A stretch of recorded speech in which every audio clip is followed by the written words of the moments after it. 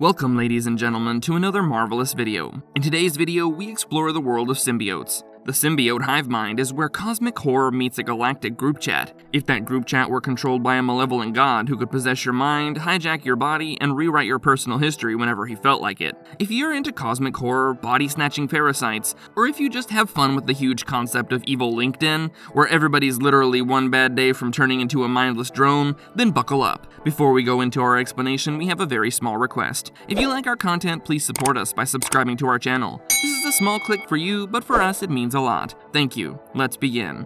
What is symbiote hive mind? Well, let us go right back to the source. Null, the King in Black, was not just some random evil guy who came upon symbiotes. He was the one who created them. Just think about how bored and hate-filled you have to be to whip up a whole species of parasitic creatures just to spread your misery across the cosmos. Well, that's Null. It was not enough that he designed these creatures, but he wanted to be linked to them, to have some sort of control over them. So he created the symbiote hive mind, a telepathic network through which he commanded his creations like some grotesque puppeteer. It was not just any network though, it was like the ultimate Wi-Fi, with the dark thoughts and emotions of Null serving as signal and every symbiote a device plugged in, willing or not. Every single symbiote that Null ever created is linked to it, from the lowliest slimeball to the highest and most powerful monsters. But here's the kicker. This is not a democracy. There's no vote on who gets to lead, nor any power-sharing agreements. It's an outright dictatorship, with Null at the top. With the hive mind, Null was able to influence or flat-out control any symbiote, no matter the distance across the galaxy, bending them to his will when in charge.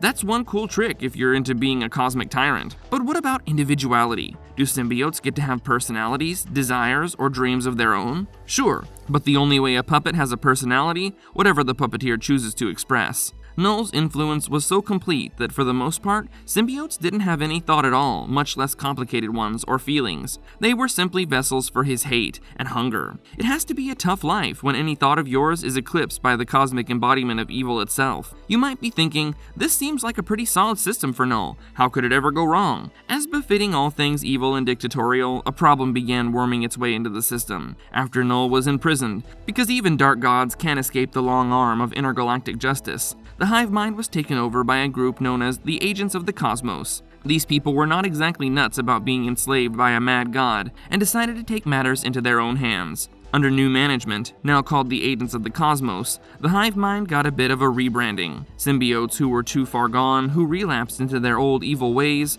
were dragged and cut off. In a cosmic level intervention, the symbiotes that could not play nice were unceremoniously booted from the club. This did not sit well with everyone, least of which Null, who wasn't about to let some upstart do-gooders take over his personal army. The rest of this would be rather pointless if Null were to remain locked away. Eventually, like all good cosmic villains, he had to break free and almost immediately set about reclaiming his throne. The hive mind fell back under his control, and things took a turn for the galaxy. Null was not really about ruling, he was about molding a reality in his image, and the hive mind was the cornerstone he needed for his new empire. Terrifying story arc in comics. Comic book story arcs. What other place do you get eldritch gods, spacefaring goo monsters, and time-traveling conspiracies mashed together into an uncomfortable, mind-bending narrative? Now, we're going to take a look into some of the terrifying story arcs that the hive mind has featured in. Let us start, shall we? The Cosmic Goo Dilemma. To really get an idea of what the terror of this story arc is all about, one must understand the plight of the symbiotes. Imagine you're a shape-shifting alien organism. Your lord, the ancient god of darkness, who created you with unbreakable will to spread misery across space, is Null, and all your life consists of him as some sort of cosmic puppeteer who pulls every string of you and your fellow symbiotes. Life is not so great, while your head is always clouded by a malevolent deity suffering from delusions of universal domination. But then one day, Null walks into Thor Odinson, and Thor hits him over the head with a bolt of lightning. Suddenly, the hive mind, that telepathic network that literally tied all the symbiotes back into Null, started going more and more static. The link is weak, meaning the symbiotes, for the first time in their existence, have no guiding hand. They're like cosmic orphans, drifting aimlessly into nothingness, with nothing but what their hosts fill them with. Other symbiotes, having bonded to benign hosts, learn about honor and mercy. They start thinking, hey, maybe we don't need to be intergalactic menaces. Maybe we can, do some good for a change. A rebellion in black goo. This newfound moral awakening leads to an unprecedented event in the world of symbiotes. A rebellion against Null. These newly enlightened symbiotes pull it off, managing to imprison Null. There's a certain poetry to this when you consider that Null once used them as his living weapons. Now they're locking him up. But the real interest in the show begins here. In a bid to suppress their grisly history, the symbiotes form a corps of cosmic law enforcers known as the Agents of the Cosmos. The good guys in this case are the symbiotes who have bonded with worthy hosts, who are human beings who are attuned to the voice of the cosmos, which plays the role of a kind of gentle guiding hand. Its purpose? Galaxy-wide peace and stability. They're space knights in dirty armor, positing the power of symbiotes for good.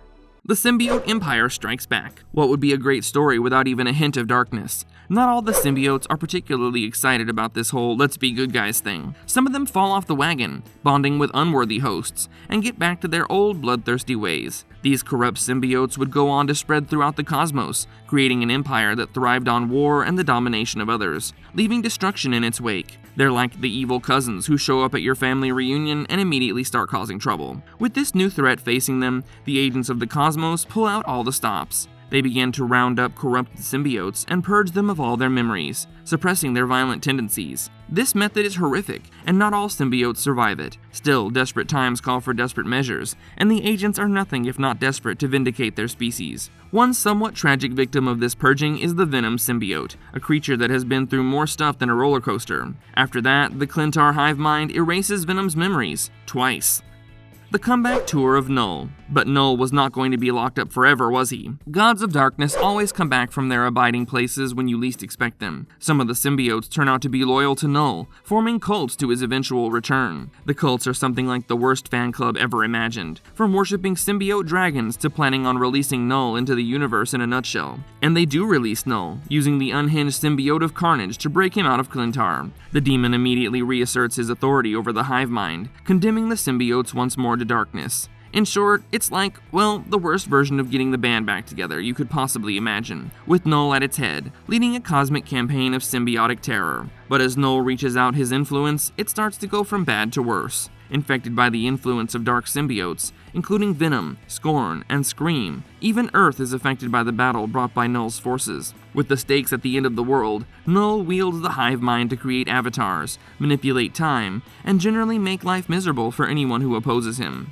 The final stand. But in every dark saga, there's always a light to defy the rising tide. And there we have Eddie Brock, the long-suffering host of Venom. With mighty Thor Odinson and the rest of the Cosmic Avengers as comrades, Eddie stands up against Null in a battle that would shake the very fabric of the universe. In that climactic moment, Eddie is powered by the God of Light, the ancient nemesis of Null, who manages to destroy Null's physical form. But Null's defeat was not the end. His consciousness lived inside the hive mind, seeking to conquer Eddie's son, Dylan Brock. Eddie, now the new King in Black, tried once and for all to thwart him and took the throne as the new nexus of the hive mind. It's a bittersweet victory for Eddie to take on the burden he never wanted, but did so wholeheartedly to protect his son and the universe. Epilogue. The battle never ends. Just when everything seems to have come to an end, the story throws back the last binge. Carnage, that ever-persistent thorn in the side of others, is some seconds from usurping his control of the hive mind from beyond the grave, and raises a competitor hive. But that's not nearly the last of it when a mysterious being from the future, Meridius, begins to manipulate events across time to bring Eddie down. As King in Black, Eddie has little peace. Caught in a web of conspiracy, he experiences the terrors of his past sins and is on the run. He continuously defends against bad guys who want to get their hands on the hive mind. Alternate reality versions. The symbiote hive mind, which existed on Earth 1048, was a metaphysical dimension that linked the thoughts of all symbiotes. The collective consciousness manifested as a reddish area, populated with free-floating symbiotic formations, wherein hosts were imprisoned within cocoons. Miles Morales and Mr. Negative saw how Peter Parker's mind had been corrupted by symbiotes when they entered his consciousness to free him from a symbiote that had taken him over. They collaborated to both save Peter from this darkness and separate his symbiote from the hive, which led to the creation of Anti-Venom. Later, when Venom tried to infect Miles as well, he was drawn into the hive mind as well, but he was able to escape and find the meteorite's position, which was the source of the symbiote's power.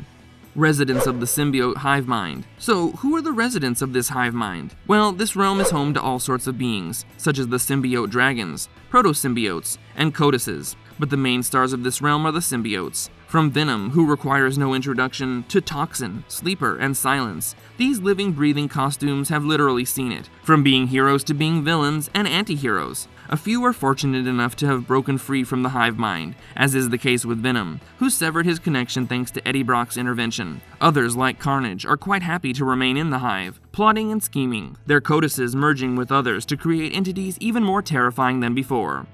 Marvelous verdict, and that marks the end of yet another marvelous video. The symbiote hive mind is a truly interesting amalgamation of cosmic horror, telepathic power, and the ultimate family drama. It is where, so often, the idea of individuality is bruised and broken by the collective consciousness, driven by the darkest desires of the one who created it. Yet now, with Eddie Brock himself at the wheel, the hive mind finds itself in an odd state in which its future lies very uncertain. As our thrilling adventure through the world of symbiotes draws to a close, we hope you're as excited as we are to learn more about the symbiotes. So stay tuned for more electrifying adventures in the captivating world of symbiotes. What should we cover in our next video? Was there anything specific about the adventures that captured your curiosity? Let us know all about it in the comments down below. And if you like this video, don't forget to hit that like and subscribe button on your way out. It means the world to us when you help us grow. Until next time, guys, it's goodbye. Have a good one.